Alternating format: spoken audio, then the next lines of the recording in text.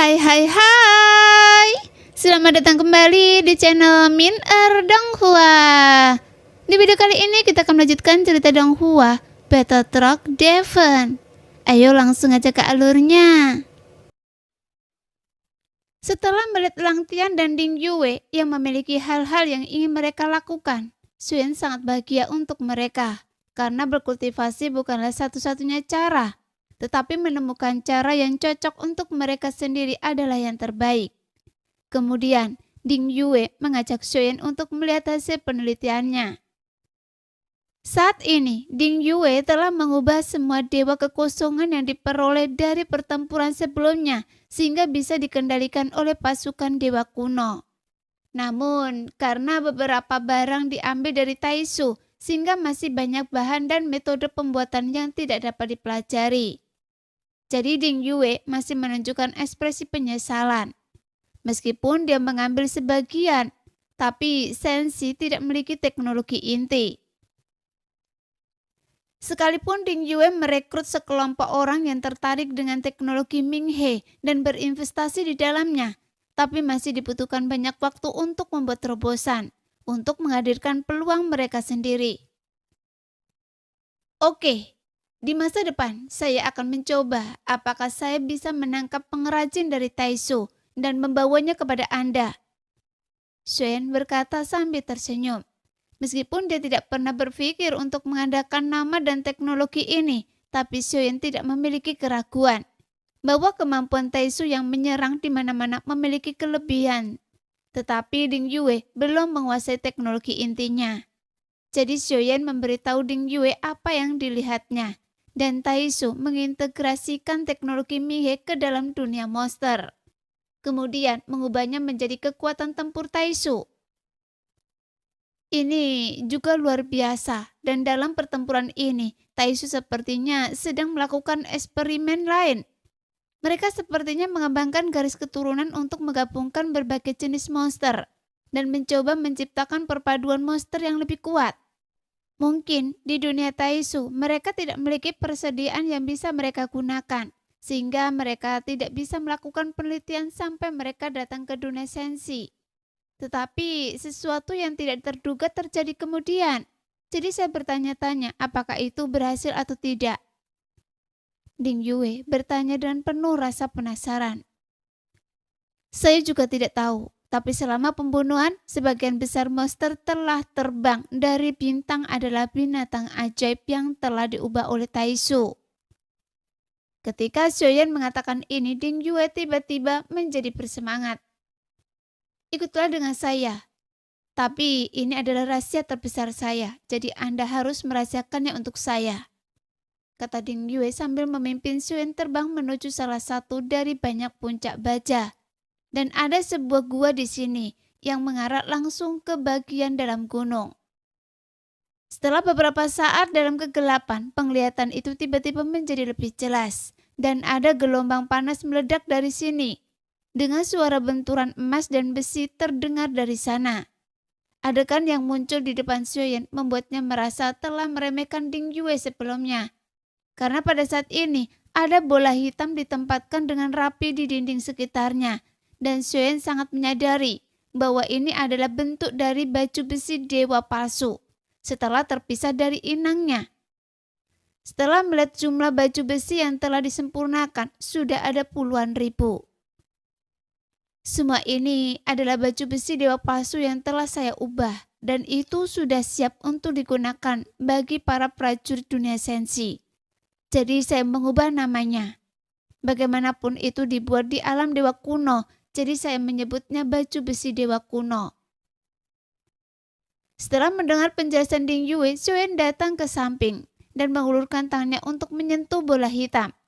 Ketika jari-jarinya menyentuhnya, bola hitam itu dengan cepat naik seperti cairan dan dengan cepat melilit seluruh tubuh Xuan. Setelah beberapa saat, satu set baju besi yang sangat pas mengembun di tubuhnya. Dan Xuan tidak bisa mengungkapkan peran baju besi tersebut dengan kata-kata. Tapi ini mungkin tidak banyak berguna bagi mereka yang benar-benar kuat. Tetapi dalam perang besar, memakai baju besi sama saja dengan memiliki tingkat ekstra. dan hal ini secara efektif dapat mengurangi korban jiwa. Adapun warna baju besi yang dipakai Shuen saat ini tidak lagi sepenuhnya hitam seperti baju besi dewa palsu, tetapi telah berubah menjadi warna emas, perak, kekuningan, sehingga membuatnya terlihat lebih kuat dan halus. Kemudian pikiran Shuen bergerak dan baju besi di tubuhnya yang seperti terbuat dari cairan tiba-tiba berubah menjadi bola hitam lagi. Ikutlah dengan saya, kata Ding Yue perlahan. Kemudian mereka tiba di ruang bawah tanah yang sangat besar, seolah-olah itu seperti labirin lapisan demi lapisan, dan ada banyak sekali sosok di dalamnya. Untuk tujuan ini lebih banyak untaian baju besi dewa kuno yang dilemparkan. Namun Ding Yue masih memimpin Xiuyan ke bawah, dan area sekitarnya menjadi semakin gelap, sampai dia mencapai tingkat yang tampaknya paling rendah. Pada saat ini keduanya berdiri di depan kegelapan dan Ding Yue segera mengeluarkan suara keras dan kemudian terdengar suara gemuruh. Sepertinya ada benda besar yang bergerak pelan dalam kegelapan. Dalam kegelapan, sebuah benda logam pelan muncul dari kegelapan dan butuh beberapa saat untuk melihatnya sepenuhnya. Bahwa ada tangan naga yang terlihat dalam kegelapan. Namun tangan naga sepertinya masing-masing terbuat dari logam dan langsung menghilang dengan cepat, kemudian memperlihatkan keseluruhan gambar. Jelas, ini bukanlah penunggang naga biasa yang terlihat seperti naga, melainkan naga terbang. Setelah Shuen melihatnya, alasan mengapa pupil matanya sedikit menyusut adalah karena setelah kemunculan seluruh kepala naga, dia tidak asing dengan itu, karena itu seperti milik tubuh naga Jiujin.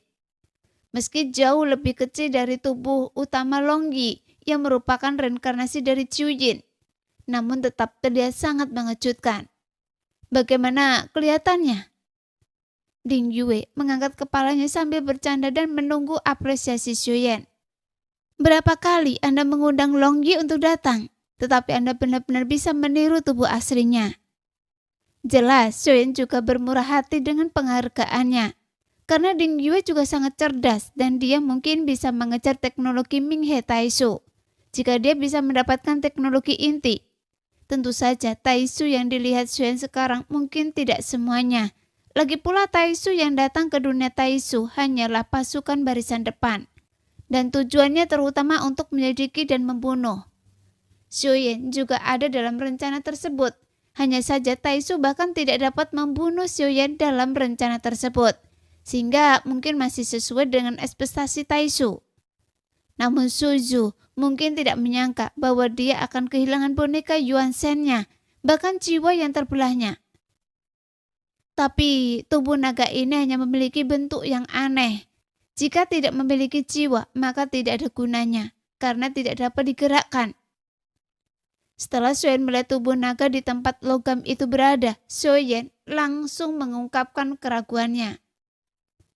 Tuan Muda Xiu, ini bukan tentang alat yang bisa untuk dikendalikan, karena itu adalah baju besi yang saya buat sendiri untuk Longyi. Karena alasan ini, saya telah menggunakan banyak sekali baju besi dewa palsu yang rusak. Tetapi itu tidak cukup sekarang dan belum sepenuhnya disempurnakan. Setelah itu disempurnakan dan Longyi memakainya, dia dapat berubah menjadi pelindung tubuh aslinya dan dia masih bisa menutupi tubuhnya yang besar. Ding Yue berkata perlahan. Mendengar itu, Xiuyan mengangkat alisnya sedikit. Ini adalah baju besi yang dibuat khusus untuk Longyi. Xiuyan sedikit tercengang saat mendengarnya. Jelas Xiuyan tidak menyangka bahwa ada banyak hal yang bisa dimodifikasi dari baju besi dewa palsu yang akan membuat kekuatan tempur Longyi menjadi semakin kuat. Tidak buruk. Bagaimana dengan milik saya?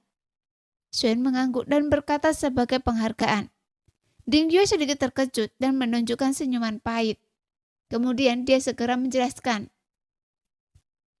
Dengan kekuatan Tuan Muda Xiu, material yang saya dapat sekarang hanya dimodifikasi berdasarkan baju besi dewa palsu, sehingga tidak dapat menembus kekuatan pamungkasnya.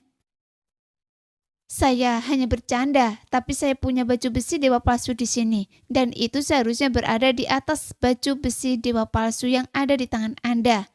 Jadi cobalah lihat, Apakah saya bisa memberi Anda pencerahan?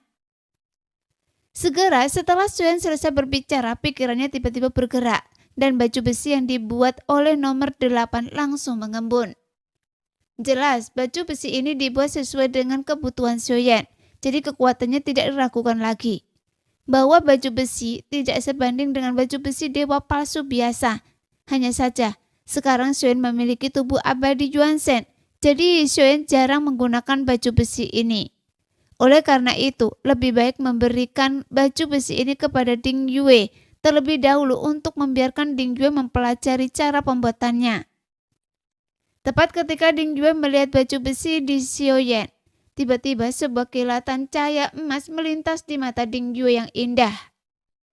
Sepertinya bahan untuk membuat baju besi ini bukan dari vibranium, jadi bahannya pasti lebih baik dari vibranium. Dan setiap garis pada baju besi ini seperti telah ditempa dengan sangat teliti. Dan itu adalah seperangkat baju besi yang hampir sempurna. Nah, demikianlah video hari ini. Terima kasih sudah selalu menonton video Min-Er sampai selesai. Sampai jumpa lagi di video selanjutnya. Bye-bye.